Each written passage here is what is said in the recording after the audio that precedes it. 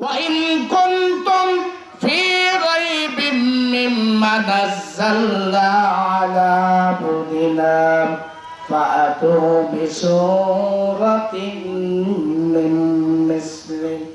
আমি আমার বান্দার উপরে যে কিতাব নাযিল করেছি এই বিষয়ের প্রতি তোমাদের যদি কোনো সন্দেহের কোনো অবকাশ যদি থাকে তাহলে তোমরা কি করো, ফাআতু বিসূরাতিন মিন মিসলিহি, তাহলে কোরআনের মতো ছোট্ট একখান সূরা তোমরা রচনা করিয়ে আনো। ওয়াদউ শুহাদাকুম মিন দুনিল্লাহ, দুনিয়ার মধ্যে যত রকমের বুদ্ধিজীবী আছে সব বুদ্ধিজীবী বন্ধুদেরকে তুমি একত্রিত করো, দার্শনিকদেরকে একত্রিত করো, ফিলোসফিদেরকে তুমি একত্রিত করো, রাজনীতিবিদদেরকে তুমি একত্রিত করো, সমস্ত মানুষের বুদ্ধি আর শক্তি একত্রিত করে আমার কোরআনের মতো ছোট্ট একখান সূরা তোমরা রচনা করিয়া আনো। জয়গণ সুবহানাল্লাহ। আজ থেকে ১৫০০ বছর হয়ে গেল। কত বছর? ১৫০০ বছর হয়ে গেল। আল্লাহর কোরআনের এই চ্যালেঞ্জের মোকাবেলায় পৃথিবীর বুকে বহু মনীষী এসেছেন, বহু রাজনীতিবিদ এসেছেন, বহু দার্শনিক এসেছেন, আপনার কবি এসেছেন, সাহিত্যিক এসেছে। আল্লাহর কালামের চ্যালেঞ্জের মোকাবেলায় আজ পর্যন্ত কেউ আসতে পারে না। কিয়ামত পর্যন্ত কি পারবেন? তাহলে এই কিতাব নাযিল হলো কার উপরে? আমানাত, বলুন আমানার রাসূলু বিমা উনজিলা ইলাইহি মির রাব্বিহি ওয়াল মুমিনুন। ঈমান আনো সেই কিতাবের প্রতি যেই কিতাব মুহাম্মদুর রাসূলুল্লাহ সাল্লাল্লাহু আলাইহি ওয়াসাল্লামের উপর নাযিল হয়েছে। সুবহানাল্লাহ। তাহলে নবীর উপরে কিতাব নাযিল হয়েছে, আমাদের মতো হুজুরের উপর কি কোনো কিতাব নাযিল হয়েছে? তাহলে বলুন এই নাযিলের ক্ষেত্রে নবী আর আমি কি একমত হতে পারলাম?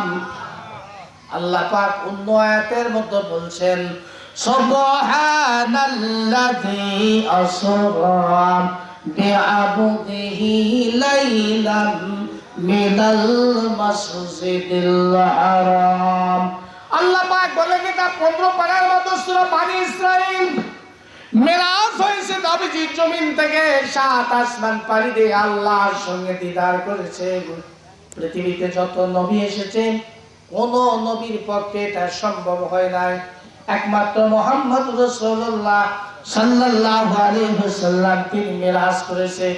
বলুন তো আমার আপনার কি কাল আল্লাহর সঙ্গে মেরাজ হয়েছে? কথা বলুন। তাহলে এই ক্ষেত্রে নবী আর আমি কি একমত হলাম? কথা বলেন।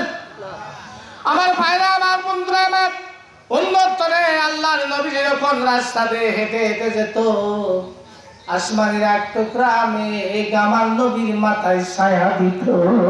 সুবহানাল্লাহ। আল্লাহ নবীজির রাসমত মানে মেঘ কোন নবীকে নবী বলে মানিয়ে নিয়েছেন। নবীর শাহাদত আঙ্গুলের ইশারায় চন্দ্র খণ্ডিত হয়ে গেছে। বলুন তো আমি আপনি যখন রোদের মধ্যে যাই আমার আপনার মাথার উপর কি মেঘের ছায়া দেয়? কথা বলেন। তাহলে এই ক্ষেত্রে নবী আর আমি এক সমান হতে পারি। 3 নাম্বার হলো আল্লাহর নবীজির গায়ে কোনদিন মশা মাছি বসতো না। বলুন তো আবার আপনার গায়ে মশা মাছি বসে কিনা?